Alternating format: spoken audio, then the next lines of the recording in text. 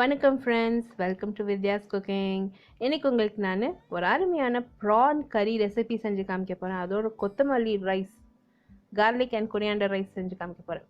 ரொம்ப அருமையான ரெசிபி. இதுக்கு தேவையான பொருட்கள் செய்முறை பார்த்துக்கலாம். நான் ஏற்கனவே எறா நல்லா க்ளீன் பண்ணி அந்த நரம்பெல்லாம் நீக்கி தோலெல்லாம் உரிச்சு வாஷ் பண்ணி எடுத்து வச்சுருக்கேன். 1/4 கப்பு தேங்காய் தேவைப்படும். பூண்டு, இஞ்சி, கருவேப்பிலை, மசாலா பேஸ்ட்டுக்கு மிளகா, கொஞ்சமாக மிளகு, சீரகம், சோம்பு, பட்டை, கொஞ்சமாக வெந்தயம், அன்னாசிப்பூ, கிராம்பு, ஏலக்காய், பொடியாக நறுக்கின வெங்காயம், தக்காளி, புளி கரைச்சல், மிளகாய்த்தூள், மல்லிப்பொடி, மஞ்சள் பொடி. நான் தேங்காய் பாலும் செஞ்சேங்க. கொஞ்சமாக ஃப்ரெஷ் க்ரீம் கூட சேர்த்தேன் இந்த ரெசிப்பியில். ஸோ வெங்காயம் அண்ட் தக்காளி வதங்குற நேரத்துக்கு நான் தேங்காய் பால் செஞ்சேன். இந்த வீடியோ கிளிப்பில் நான் காமிக்கிறேன். இப்போ மசாலா பேஸ்ட் ஃபஸ்ட்டு அரைச்சிக்க போகிறேங்க. நான் மசாலா பேஸ்ட்டுக்கு என்னென்ன பொருட்கள் காமிச்சேன்னா எல்லாம் சேர்த்துக்கினேன். இஞ்சி பூண்டோடு சேர்த்து எல்லாமே ஒன்றா நல்லா விழுத அரைச்சிக்க போகிறேன். கொரக்கொரப்பாக மசாலா பேஸ்ட்டு நல்லா அரைச்சதும் அதில் தேங்காய் சேர்த்து கொஞ்சமாக தண்ணி விட்டு நல்லா வழுவழுன்னு விழுத அரைச்சிக்க போகிறேன். இந்த மாதிரி நீங்கள் மசாலா பேஸ்ட் தயார் பண்ணி எடுத்து வச்சிட்டிங்கன்னா உங்களுக்கு ஈஸியாக இருக்கும். நீங்கள் மசாலா பேஸ்ட் தயார் பண்ணுறதுக்கு முன்கூட்டியே நீங்கள் தேங்காய் பால் செஞ்சிங்கன்னா ஒரே மிக்சியாக இருக்கும். ஸோ நிறைய மிக்சி ஜார்ஸ் நம்ம சேஞ்ச் பண்ண தேவையில்லை. இப்போ அந்த மசாலா பேஸ்ட் அரைச்சாச்சு, எடுத்து ஒரு பக்கமாக வச்சுருக்கேன். கடாயை நல்லா ஹீட் பண்ணியிருக்கேன். அதில் தேங்காய் எண்ணெய் சேர்த்துருக்கேன். தேங்காய் எண்ணெய் சேர்த்து இந்த எறாவை க்ளீன் பண்ணி வச்சுருக்கிறது சேர்த்துருக்கேன். மிளகாய் பொடி, மஞ்சள் தூள், கொஞ்சமாக மல்லித்தூள் சேர்த்துருக்கேன். சேர்த்து கொஞ்சமாக உப்பு சேர்த்து ஒரே ஒரு நிமிஷம் ஃப்ரை பண்ண போகிறேன். நிறைய ஃப்ரை பண்ண போகிறதில்ல. இது 1/2 கிலோ எறாங்க. எங்கள் வீட்டில் நான் மட்டும்தான் இந்த எறா சாப்பிட போகிறேன். இந்த எறா குழம்பு எங்கள் வீட்டில் யாருமே எறா தொட மாட்டாங்க. நண்டு, எறா தொட மாட்டாங்க. ஸோ எதுவுமே ஒரு ஷெல் ஃபிஷ்ன்றது அலர்ஜி எங்கள் பேரண்ட்ஸ்க்கு. நான் மட்டும்தான் சாப்பிடுவேன். இப்போ பார்த்தீங்கன்னா அந்த எறா நல்லா ஃப்ரை ஆனதும் எடுத்து ஒரு பக்கம் பவுலில் வச்சுட்டேன். ஒரே ஒரு நிமிஷம் தான் ஃப்ரை பண்ணேன். ஏன்னா குழம்புல கூட இது கொதிக்க விட போகிறோம் நம்ம. இதே கடாயில் நான் யூஸ் பண்ணி வெங்காயம் அண்ட் தக்காளி நான் ஃப்ரை பண்ண போகிறேன். இந்த ரெசிபி இன் டீட்டெயில் பார்த்தீங்கன்னா என்னோட பிளாகில் இருக்கும். Blog link description box below this video post பண்ணுறேன். அப்படி இல்லைனா I card above this video நீங்கள் கிளிக் பண்ணிங்கன்னா என்னோட பிளாகுக்கு டைரக்ட் ஆகும். பிளாகில் இந்த ரெசிபி மட்டும் இல்லைங்க, நிறைய ரெசிபிஸ் இருக்குது. இந்த ரெசிபியில் நான் யூஸ் பண்ணியிருக்க பொருட்களோட மெஷர்மெண்ட்ஸ் எல்லாம் description box below this video நான் போஸ்ட் பண்ணுறேன். ஃபார் ரெகுலர் அப்டேட்ஸ் என் இன்ஸ்டாகிராம், ஃபேஸ்புக் அண்ட் ட்விட்டரில் லைக் பண்ணி ஃபாலோ பண்ணுங்கள். For lot of news stories நான் அப்டேட் பண்ணிகிட்டே இருக்கேன். ஸோ லைக் பண்ணி ஃபாலோ பண்ணுங்கள்.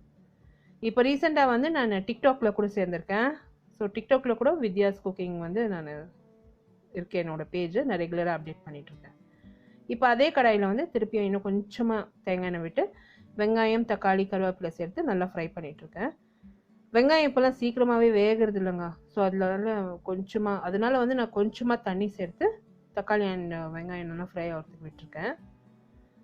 எல்லாம் நல்லா ஃப்ரை ஆனதும் இப்போ இதில் நம்ம அரைச்சி வச்சுருக்க மசாலா பேஸ்ட் சேர்த்துக்கலாம்.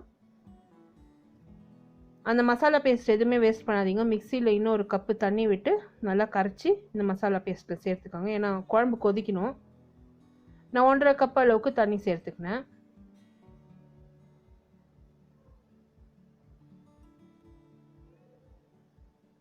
இப்போ இந்த குழம்பு நல்லா கொதிக்க விடணும். இதில் நம்ம தேங்காய் பால் வரை சேர்க்க போகிறோம். நிறைய தண்ணி சேர்க்காதீங்க.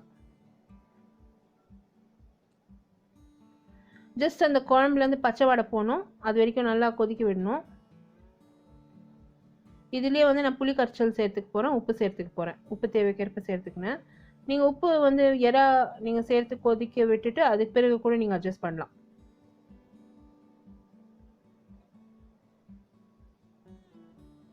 இப்போ நான் புளி கரைச்சல் சேர்த்துருக்கேன். சேர்த்து எல்லாத்தையும் கொதிக்க விட்டுருக்கேங்க. சேர்த்து எல்லாம் ஒரு முறை நல்லா மிக்ஸ் பண்ணி கொதிக்க விட்டுருக்கேன். இந்த தேங்காய்லேருந்து நல்லா அந்த எண்ணெய் பிரிஞ்சு வரும். மசாலாவில் தேங்காய் சேர்த்துருப்பாங்க, நல்லா எண்ணெய் பிரிஞ்சு வரும். அது வரைக்கும் பச்சை வாடை போகிற வரைக்கும் நல்லா இது கொதிக்க விடலாம். இப்போ இதில் நான் தேங்காய் பால் தயார் பண்ணி வச்சுருக்கிறத சேர்த்துருக்கேன். நல்லா கெட்டி பாலாக சேர்த்துருக்கேன். சேர்த்து இப்போ இந்த குழம்பை நல்லா கொதிக்க விட போகிறேன். இப்போ குழம்பு நல்லா கொதிச்சு பாருங்கள். இப்போ குழம்பு நல்லா கொதி வந்துருச்சு. நல்ல எண்ணெய் கூட பிரிஞ்சு வந்திருக்கும். தேங்காயிலேருந்து நல்ல எண்ணெய் பிரிஞ்சு வந்திருக்கும். இப்போ இந்நேரத்துக்கு வந்து நான் அந்த எறா வதக்கி வச்சிருக்க எறா வந்து சேர்த்துக்க போகிறேன். இது ரொம்பவே நல்லா டேஸ்ட்டாக இருக்குங்க இந்த கறி. நம்ம வந்து ரெஸ்டாரண்ட்ஸில் போய் நம்ம கோவன் ப்ரான் கறின்னு கேட்டால் இந்த மாதிரி கிரேவி தான் கொடுப்பாங்க. இது ஆக்சுவலாக டிப்பிக்கல் கோவன் கறின்னு நான் சொல்ல முடியாது, பட் ரெஸ்டாரண்ட் ஸ்டைல் கோவன் கறி இப்படி தான் இருக்கும். ஸோ இப்போ எறாவை சேர்த்ததும் 5 நிமிஷம் தான் வேக வைக்கணும், அதுக்கு மேலே வேக வைக்கக்கூடாது. எறா வந்து நல்லா சாஃப்டாக பட்டர் மாதிரி வந்துடுவாங்க. கொஞ்சமாக தண்ணி சேர்த்துருக்கேன். இப்போ நல்லா அது கொதி வந்ததும் 5 நிமிஷத்தில் இந்த எறா கறி வந்து ரெடி ஆயிடுச்சு. வந்து ஒரே ஒரு டேபிள் ஸ்பூன் அளவுக்கு ஃப்ரெஷ் க்ரீம் சேர்த்துருக்கேன். நீங்கள் சேர்க்கலாம் இல்லைனா விட்டுடலாம். க்ரீம் சேர்த்தோம்னா அது நல்லா க்ரீமியாக நல்லாயிருக்கும். நீங்கள் வந்து கசகசா முந்திரி பருப்பு கூட அரைச்சி சேர்க்கலாம். க்ரீம் பிடிக்காதவங்க, க்ரீமெல்லாம் ரொம்ப பிடிக்காதவங்க கசகசா முந்திரி பருப்பு சேர்த்து அரைச்சி நல்லா சேர்க்கலாம், டேஸ்ட் நல்லாயிருக்கும். இப்போ இது நல்லா ஒரே ஒரு கொதியை விட்டுட்டு இது இறக்கி வச்சாச்சுங்க. இந்த ப்ரான் கறி ரெடி ஆயிடுச்சு.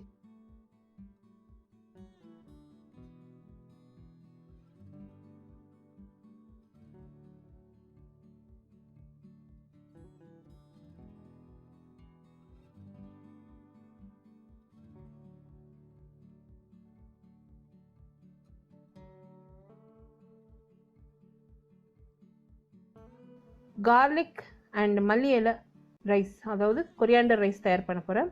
பாஸ்மதி அரிசி நல்லா கழுவி ஊற வச்சு எடுத்து வச்சுருக்கேன். பொடியை வந்து மல்லி இலை, பூண்டு, வற்றல் மிளகா நல்ல பொடியாக நறுக்கி வச்சுருக்கேன். பட்டர் தேவைப்படும், ட்ரைட் பார்ஸ்லி தேவைப்படும். ஒரு ப்ரெஷர் பேனை நல்லா ஹீட் பண்ணியிருக்கேன்.